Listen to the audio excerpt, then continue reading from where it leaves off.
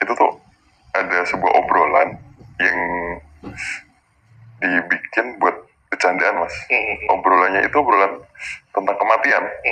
Kayak gini, besok kira-kira yang mati siapa duluan ya, kayak gitu mas. Dan besoknya nih mas, kejadian Tuh maksudnya gimana tuh? meninggal.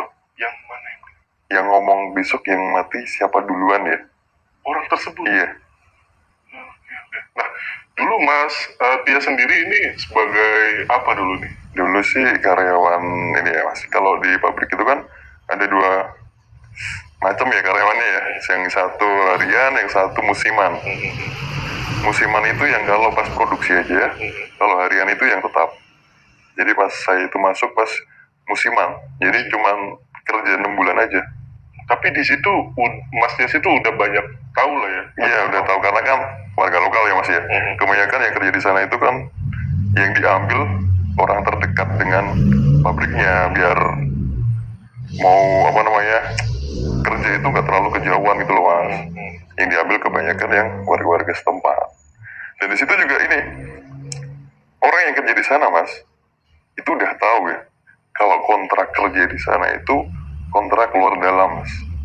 Maksudnya gimana tuh? Ya kontrak nyawa sama kontrak kerjaan. Hah? Hanya untuk menjadi sebagai karyawan pabrik Iya. pula?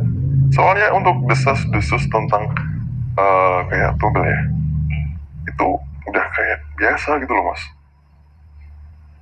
Wah gila sih kalau gue. Ya makanya itu ada obrolan kayak gitu tadi. Kematian buat bercandaan, besok yang mati siapa duluan nih, kayak gitu loh mas. Oke, penasaran banget nih sama ceritanya. Dan buat teman-teman yang penasaran juga simak video sampai habis. Tapi sebelumnya Udah beberapa tahun yang lalu ya mas ya. Makanya saya terus nggak apa namanya langsung resign aja, nggak nerusin lagi. Itu kan karena dulu pas sebelum kerja di situ kan saya juga pernah kerja di tempat lain, terus resign buat ngisi waktu. Saya ngisi ke pabrik karena deket kan mas di rumah. Terus teman-teman yang kerja yang di pabrik itu juga banyak yang dari kampung tempat saya gitu loh. Jadi udah kenal banyak lah. Ceritanya itu pas ini saya cerita ke awal dulu ya mas ya. Kejadian yang pertama selama saya tinggal di kampung sana itu baru sekali ya mas ya, ada kejadian di mana mesin buat produksi itu mendadak mati. Nah pas posisi itu kan saya pertama kali masuk di situ ya mas ya, itu langsung disambut dengan mesin produksinya mati. Terus saya kan tanya kan ke karyawan yang emang udah lama di sana, emang ini udah yang keberapa kali mas ada kejadian kayak gini? Baru ini aja mas gitu. Saya kan juga kenal sama yang istilahnya kayak atasan ya mas ya, masih kayak ya tetangga lah. Saya nanya ke bapaknya, pak ini kenapa kok bisa kayak gini? Gak tahu ya mas, kayaknya karena gara-gara biasanya ya mas ya ritual.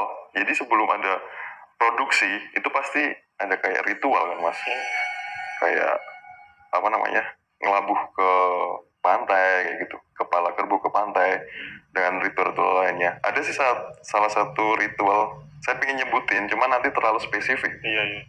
Saya takut nanti kalau teman-teman yang nonton langsung menjurus ke tempat itu ya, karena itu masih aktif gitu mas pabriknya. Nah pas saya nanya ke atasan itu, saya disuruh nanya ke juru kunci karena kan saya deket ya mas ya. Si atasannya juga kenal, mas bisa minta tolong nggak tanyain ke, anggap aja nih namanya Pak Eko ya, si juru kuncinya itu udah pensiun tapi mas. Jadi siang itu juga pas mati mesin ya, saya kan langsung izin ke rumah Pak Eko. Pak, ini saya diutus sama bapak ini, Pak Eko suruh ke pabrik. Lah kenapa mas? Itu kok mesin produksinya tiba-tiba mati mendadak. Bentar mas, kemarin yang apa namanya yang ngelakuin ritual siapa gitu? Aduh kurang tahu saya pak. Di situ Pak Eko kayak nerawang bentar gitu loh mas, kayak nerawang. Terus dia bilang gini, oh pantes mas, ada satu ritual yang nggak dilakuin kayak gitu. Dan saya nggak mau tahu ya mas ya itu ritual apa. Intinya saya suruh buru-buru Pak Eko suruh ke sana gitu. Ya udah Pak, ke sana dulu aja nanti ngobrol sama kepalanya gitu. Pas sampai sana dicek Mas. Saya kan ngikutin karena saya juga kepo ya Mas ya. Karena apa? Di situ udah banyak kayak teknisi buat ngecek mesinnya itu nggak ada masalah, nggak ada kerusakan. Pokoknya aman, normal seperti biasanya itu. Tapi kok tiba-tiba mati kan? Di situ si Pak Eko suruh ninggal sendiri dulu di situ, mau katanya mau komunikasi sama yang nunggu kan. Nggak lama pas udah selesai sorenya itu kan saya kan udah pulang Mas. Saya kan main ke rumahnya Pak Eko. Saya nanya, Pak emangnya tadi kenapa kok tiba-tiba mati? Ini Mas, ada satu ritual yang nggak dijalanin sama juru kunci yang baru. Itu bikin yang kayak simbau reksonya si di pabrik itu kayak nggak terima, kayak ada yang kurang gitu loh Mas. Oke. Dia nutupin cerobong. Di situ kan ada satu cerobong asap yang tinggi banget Mas, tinggi sama gede banget. Itu ditutupin sama tangannya si sosok itu. Posisinya gini loh Mas, ditutupin gini. Jadi cerobongnya ditutupin gini. Makanya nggak mau keluar asapnya, terus mati mendadak kayak gitu kan. Nah terus sekarang kok tiba-tiba sudah bisa Pak? Tadi saya sempat ngomong, terus ini gimana biar bisa aktif lagi, biar bisa produksi lagi, biar nggak ada kerugian yang gede. Karena kan kalau sehari mati itu bisa ratusan juta Mas yang kerugian pabriknya. Si Mbak Ruksanya, katanya si Pak Eko itu bilang gini, yang saya sebutkan tadi ya Mas ya, ada ritual yang nggak dipakai. Makanya ini saya diutus sama yang jadi penunggunya pabrik itu masih ada, istilahnya kayak bosnya ya. Bosnya itu saya nggak bisa nyebutin, itu juga maksudnya sosoknya itu terkenal, biasanya disebut dengan Ratu Pesugihan. Nah si Ratu Pesugihannya itu ngomong dia mau ini si nyuruh anak buahnya suruh ngelepasin itu, tapi dengan syarat saya minta 6 tumbal gitu. Awalnya si Pak Eko kan mikirnya ya kayak biasanya Mas, kayak tumbalnya ayam atau kepala kerbau atau pokoknya yang binatang-binatang gitu loh. Tapi dia mintanya 6 itu dari karyawan pabrik. Dari situ kemungkinan awal mula hingga akhirnya sampai sekarang itu jadinya karyawan yang Iya, ditumbal. benar. Dan sayangnya ya Mas ya, saya nanti nggak bisa ceritain dari 6-6-nya itu. Karena gimana ya, menurut saya yang 3 terakhir ini saya terlalu ini banget sih Mas, sadis banget. Jadi saya cuma bisa nyeritain 3 ini saya kenal semua gitu loh Mas. Iya. Yang 3 lainnya itu agak terlalu deket lah. Nah pas setelah dinego itu sempat dinego sama Pak Eko, dinego. Kalau misalnya saya nggak mau ngasih 6 itu gimana? Ya udah pabrik nggak bisa ngapa-ngapain gitu. Ya karena mungkin karena nggak mau rugi besar, terus nggak bisa gaji karyawan kan ya, mau gimana lagi kan Mas. Oke, nggak apa-apa.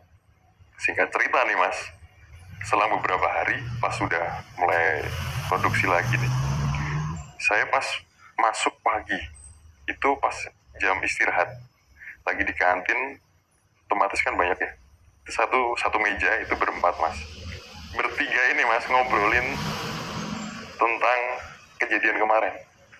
Itu kira-kira ada apa ya, kok tiba-tiba mati mendadak gak kayak yang tahun-tahun lalu. Karena kan yang 3 itu udah lama ya Mas ya, saya hitungannya masuk ke situ kan baru, cuman kan udah kenal gitu loh Mas. Kira-kira ada apa ya kok ada kayak gitu, apa minta tumbal gitu. Jadi kayak seolah-olah tumbal di sana itu kayak udah biasa gitu loh Mas. Dan konyolnya lagi, dari ketiga orang itu teman saya itu nyeletuk, ini teman saya tapi udah tua ya Mas ya, udah tua, nyeletuk bilang gini, kira-kira besok yang mati siapa duluan nih? Yang satu nyeletuk, biasanya yang tua duluan Pak gitu. Satunya lagi, dengan logat Jawa ya mas itu. Kalau ngomong tuh jangan aneh-aneh, kematian tuh buat bercandaan kayak gitu kan. Ya saya cuma dengerin aja sambil makan mas. Singkat cerita, besoknya mas, saya satu shift nih sama si bapak yang ngomong tadi, yang mati duluan siapa gitu. Itu posisi lagi di bagian apa ya? Kalau di sana sih nyebutnya ada sebutan, cuman istilah lain saya kurang paham ya mas ya. Itu jadi kan kayak gudang kan tinggi ya mas ya bangunannya, terus tingkat-tingkatnya pakai apa namanya itu yang model rumah mezanin kayak gitu. Di depannya kan mesinnya gede, kita ngoperasinya dari atas karena tombol-tombolnya di atas. Si bapak itu, jadi saya lagi dudukan di meja lagi ya sambil bantu-bantu bersihin apa alat-alat gitu mas. Si bapaknya kan di depan sana, kok kayak aneh gitu loh mas.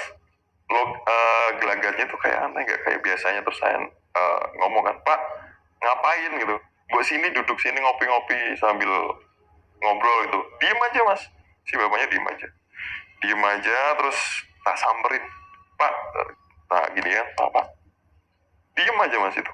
Saya balik duduk lagi kan, bapaknya nyamperin, mas bro tak turun dulu ya, mau kemana pak, nggak jawab tuh mas. Posisinya kan tangganya agak tinggi itu mas. Oke.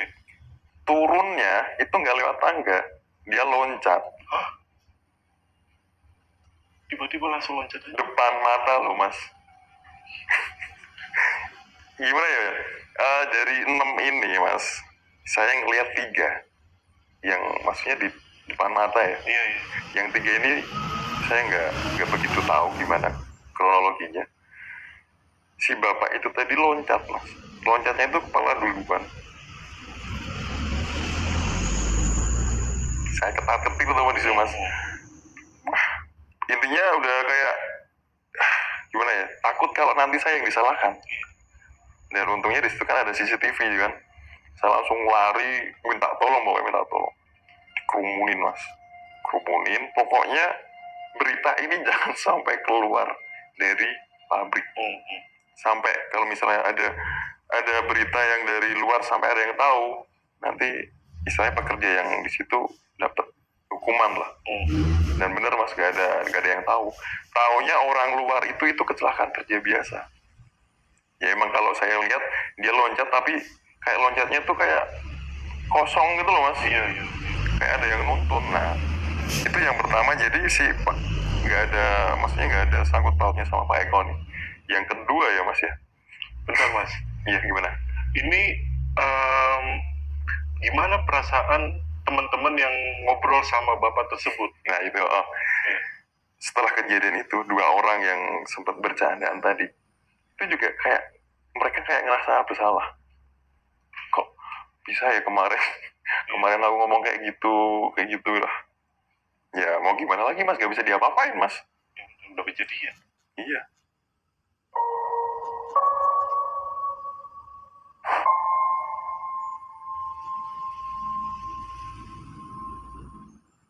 Singkat cerita nih mas, ini masih di circle yang tadi ya, 3 orang tadi. Oh ini mas? Oke. Masih di circle 3 orang tadi. Yang kedua ini orang yang jawab biasanya yang tua duluan. Dia ini lagi apa namanya mas? Di situ kan ada kayak pembuangan sampah buat ampas itu loh. Ampasnya kan dibuang, dia bikin kayak lubang. Saya bantuin mas. Saya disuruh bikin lubang buat buang sampahnya ini nanti ditimbun. Oh iya. Maksudnya biar nggak bikin apa namanya kotor gitu loh mas. Suruh nimbun, agak gede itu mas lubangnya. Dari pagi sampai siang itu baru jadi. Bantuin berdua mas, bikin lubang itu berdua. Setelah itu kita istirahat. Habis istirahat lanjut lagi kan mas. Lanjut lagi. Saya di sampingnya nih mas. Posisi di atas ya. Lagi ngerapin yang atas. Dia itu kayak ngeludah. Gitu. biasa, nggak ada apa-apa di situ mas, dia cuma asal ngudah gitu. Tiba-tiba ya mas ya, dia tuh kayak kejungkel gitu loh. Kejungkel itu gimana? Kejungkel jadi kayak jatuh gitu. Logikanya mas, ini dalamnya nggak terlalu dalam ya. Kejungkel gitu mas, dia itu langsung nggak ada di tempat. Langsung sorry meninggal. Mm-mm. Lagi-lagi saya yang lihat mas, karena udah ada 2 kejadian, saya ini penasaran mas sama kejadian itu. Saya ke tempatnya Pak Eko selang beberapa hari, ke tempatnya Pak Eko. Pak, itu kenapa ya kok misalnya masalah apa, kok sampai ada 2 orang yang saya kenal sampai meninggal di situ. Ya itu mas, kemarin kan minta 6 dari karyawan semua. Dan Pak Eko itu nggak nyebutin di bagian mana aja mas. Dia minta 6, cuman dia nggak mau nyebutin. Taknya yang kesebut itu misalnya saya gitu. Iya, iya. Ya dia nggak mau nyebutin bahwa ada mas 6.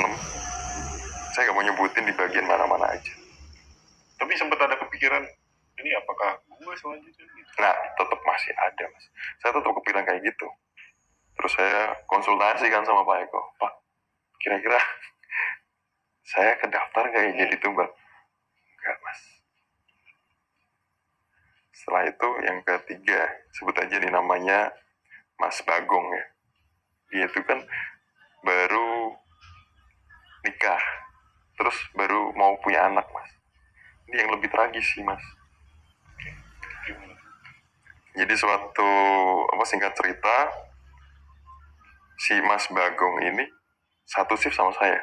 Dia itu kayak nggak kayak biasanya lagi, kayak aneh itu loh mas. Dia kayak gerusah-gerusuh. Gerusah-gerusuh itu kayak nggak tenang gitu loh. Nggak tenang, terus dia nyuruh saya anterin ke tempatnya Pak Eko. Nah kenapa mas? Nggak tahu, pokoknya perasaanku nggak enak. Karena udah ada 2 kejadian temen. Iya benar. Perasaanku gak enak mas. Bu anterin aku ke tempatnya Pak Eko. Jadi kan kenal, kamu kan kenal mas. Ya udah kapan mas? Saya tak ngabarin Pak Eko dulu bisa ditemuin kapan gitu mas. Setelah udah bisa ketemu, kita ke rumah mas. Pak, kok perasaanku gak enak, kenapa ya Pak? Sebenarnya Pak Eko nggak mau ceritain, cuman si Mas Bagong ini dia tetap kekeh mas. Tapi gini ya mas ya, sebelumnya ini saya minta maaf kalau misalnya ini bikin nanti mas jenengan Mas Bagong ini gimana. Cuman kemarin setelah ada kejadian mesin mati itu, si dari pabriknya yang nunggu minta 6. Salah satunya itu anaknya jenengan. Dikasih tahu? Iya. Terus gimana pak? Terus gimana biar caranya anak saya nggak nggak jadi tumbal? Bisa bantuin nggak pak? Ya udah nanti malam jenengan kesini lagi. Mas Bagong disuruh ke rumahnya Pak Eko lagi. Saya suruh nemenin lagi mas. Saya disuruh nemenin, di rumahnya itu udah disiapin kayak ubur rampe. Apa itu? Ya kayak kembang, dupa, sajen ya, gitu ya? buat sajen, buat ritual lah. Si Pak Eko ini, ya saya nggak bisa ngelihat ya masing-masing nggak bisa ngelihat dia lagi komunikasi dengan siapa. Cuma setelah itu Pak Eko ngomong sama Mas Bagong. Dia bilang, Mas, ini bisa digagalin, anaknya jenengan bisa selamat. Cuman jenengan bisa nggak ngasih syarat malam ini juga, itu posisi jam 10 malam ya mas ya, jam 11, intinya sebelum jam 12 Mas Bagong nyiapin sekitar berapa sih kemarin tuh, 10 kalau nggak 7, antara 7 sampai 10 ayam cemani. Agak sulit juga tuh. Nggak agak sulit. Emang sulit ya? Emang sulit. Iya. Sejam 2 jam nyiapin 11 itu. Iya, belum ada nyari di mana gitu loh mas. Setelah itu ya gimana ya mas ya, si Mas Bagong nggak bisa ngapa-ngapain tuh mas. Mas Bagong, saya kalau ngelihat atau balik ke kejadian itu ikut nangis saya mas. Kenapa, Mas? Iya, di situ Mas Bagong nangis beneran mas. Kelihatan panik dan juga Nggak cuma panik, udah kayak Iya, iya. hidup tak mau mati segan mati hidup nggak mau gitu loh mas. Terus gimana Pak? Saya cuman Pak Eko langsung ngomong saya cuman bisa bantu. Nanti setelah kejadian anak jenengan nggak ada, saya cuman bisa bantu nanti bawain sukmanya anak jenengan. Dibantu di bawah. Untuk Jadi nanti gambarannya gini mas, ini kalau berdasarkan ceritanya Mas Bagong ya, cerita ke saya. Jadi pas posisi Pak Eko ngomong kayak gitu, Mas Bagong itu nanti pas tidur, dia itu ngimpi gendong anaknya sendiri, itu dibubukin di kasur. Secara kasarnya, Mas Bagong kayak nguburin gitu loh mas, gambarannya kayak gitu. Itu posisi anaknya masih di dalam, belum keluar loh mas. Setelah itu gimana ya, mau cerita kayak agak keinget lagi. enggak bukannya enggak keinget mas, cuman gak tega gitu loh mas. Apalagi yang ketiga itu mas.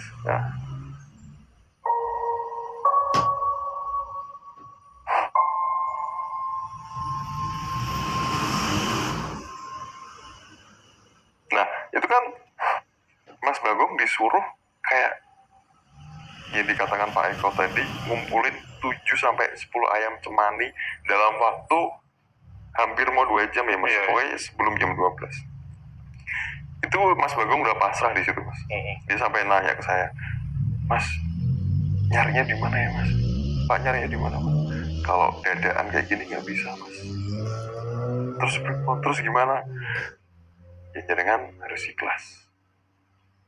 Nggak lama ya mas, itu nggak lama masih di posisi di rumahnya Pak Eko. Dia dapat telepon dari istri, Mas tolong, si Mas Bagong udah panik, udah kepikiran nggak mas ke arah sana. Dia buru-buru pulang mas. Sampai rumah udah nggak ketolong. Istri atau anaknya? Istrinya, anaknya. Jadi di posisi di rumah nggak adanya. Bayinya nggak selamat. Iya. Posisi belum waktunya melahirkan itu. Dan apa yang dikatakan sama Pak Eko ternyata bener. Menurut ceritanya dari Mas Bagong, saya kan juga nanya. Tapi itu selang beberapa hari ya mas, yang nggak langsung tak tanya. Dia cerita kalau malamnya dia beneran ngimpi dia gendong anaknya, udah ngeliat wajah anaknya, udah ya kayak bapak-bapak pertama kali gendong anak lah. Tapi di mimpi itu anaknya hidup ya? Hidup. Sesuai yang dikatakan sama Pak Eko. Iya. Nanti mas, di mimpimu nanti kamu nidurin anak. Tapi itu sebenarnya hanya sukmanya anak. Itu saya udah nego ke sana, ke ratunya itu. Sebenarnya saya juga pengen tahu lebih dari ceritanya Pak Eko itu. Dia itu ngapain aja, cuman karena terlalu buat nggak mau terekspos gitu loh mas. Dia cuma cerita sampai situ aja. Terus tapi Mas Bagongnya selamat atau enggak? Kalau Mas Bagongnya Selamat. Anaknya aja kalau Mas Bagong. Ya itu yang paling tragis sih mas. Menurut saya dari 6-nya loh. Oh karena ini ternyata bukan si karyawan tapi iya, anaknya. Kalau yang 3 itu kalau Mas Jamal pernah lihat video-video yang ada di kecelakaan di jalan sampai gimana itu, rata-rata seperti itu. Ada yang apa? Di pabriknya kah ya? Di situ semua. Oh di situ. Posisi singkat aja sih mas. Posisinya itu ada yang lagi bakar kayu, ada yang lagi katanya ya, cerita dari teman-teman yang lain, ada yang lagi nyalain mesin buat penggilingan, masuk kecampur mas. Nah sebelum pas bulan kelima nih mas, bulan kelima sebelum mau rampungan produksi itu kan nganain kayak syukuran, nggak tahu ya itu syukuran tentang apa ya. Posisi di situ banyak banget mas pekerjanya, kita gotong royong bangun ini kayak pendopo cuman dari Bajaringan. Jawanya itu buat iup-iup gitu mas, biar nggak panas. Udah ada tumpeng, udah komplit itu mas. Di situ si kepala bagian ngomong, nanti ini ya barang ini, di situ kan ada kayak sebuah kayak apa namanya kayak sajen di tengah jalan masalahnya mas, tengah jalan. Mas ngomong ke saya, mas ini mas gimana pak, yang ini tolong disingkirin dong, nanti kan buat jalan keluar masuk. Ada salah satu bapak-bapak dia ya juga bisa paham tentang hal kayak gitu. Pak jangan dipindah mas, ojo dipindah, jangan dipindah mas. Nah kenapa pak? Intinya jangan dipindah kalau misalnya nggak mau ada kejadian. Ya nggak bisa pak, lah wong ini nanti buat jalan keluar masuk mobil loh. Daripada nanti keinjek-injek, lebih baik keinjek-injek pak daripada jalan pindah. Ngeyel mas, saya suruh pindah. Terus bapak tadi, ya udah pak terserah, nanti kalau misalnya ada kejadian yang pokoknya kalau ada kejadian yang nggak diinginkan saya nggak tanggung jawab gitu. Oke, siap. Nggak lama mas, pas itu posisi kayak pendopo itu yang dari Bajaringan itu, di tengahnya udah banyak orang, udah istilahnya udah mau potong tumpeng nih, abruk. Apa ini yang pendoponya yang dari Bajaringan itu ambruk mas. Saya juga di situ posisi, jadi ya ikut keambrukan itu. Baru setelah itu si bapaknya kepala tadi minta maaf ke bapak yang ngasih tahu tadi. Aduh pak, kalau tadi saya nggak ngeyel, ya, terserah jenengan, itu tanggung jawabnya sampean pak. Pekerjanya pada sakit semua. Pekerjanya? Iya. Lah iya kejatuhan loh mas. Oh iya. Jadi pas setelah kejadian ambruk itu kan di bulan kelima. Bulan keenamnya nggak ada apa-apa. Maksudnya itu udah 6-6-nya ya mas ya, 6 bulan itu. Terus saya langsung nggak mau lanjut lagi. Selang besoknya, tahun berikutnya itu 3 mas. 3 itu bukan lagi yang kayak sebelumnya yang cuma ayam atau kerbau atau hewan lainnya, tapi lagi-lagi karyawan lagi. Yang jadi masalah itu kalau misalnya Pak Eko masih dipekerjakan di pabrik, itu nggak bakal jadi kayak gitu. Maksudnya gimana? Jadi kan Pak Eko itu kan udah pensiun, dulu udah dinobatkan jadi juru kuncinya di pabrik. Juru kunci dalam artian penanganan masalah gaib, entah itu dari ritualnya, kalau misalnya ada kejadian-kejadian yang sebelum mau menimpa, Pak Eko itu udah bisa untuk kayaknya negosiasi gitu loh. Itu pertama kali mas, 6 paling banyak. Itu tahun berapa mas kalau boleh? Tahunnya itu sekitar 3-4 yang lalu. 4 tahun yang lalu. 3-4 yang sekitar itu. Itu awal mula tuh. Apa dimana tumbal sekarang jadi berubah jadi karyawan yang gitu. Iya.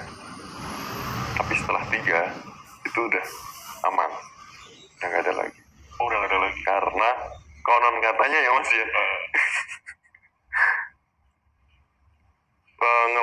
pengelolanya ini udah beda, udah nggak masuk ke jalur yang dulu, udah kayak menyimpang gitu loh mas. Tapi hasilnya gimana? Hasil apa nih? Hasil biasa, hasil si penjualan si gulanya gitu. Setelah itu menurun drastis. menurun. Iya.